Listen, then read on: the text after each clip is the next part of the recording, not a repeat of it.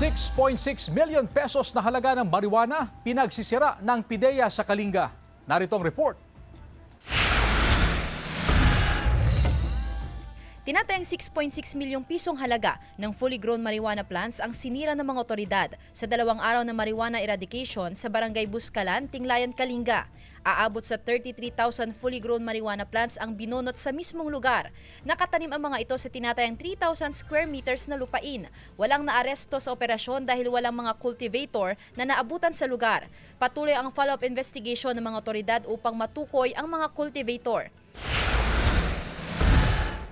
Sa Barangay Tapuac, Dagupan City, 2 lalaki ang inaresto sa buy-bust operation ng Dagupan City Police Station 4. Kinilala ang mga naaresto na alias Lex, 48 anyos at alias Rudy, 49 anyos, kabilang ang mga sospek sa street-level individuals.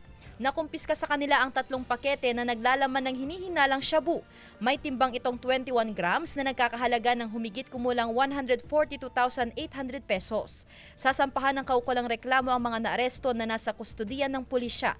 Tumanggi silang magpaunlak ng panayam. Sandy Salvacio, One North, Central Luzon.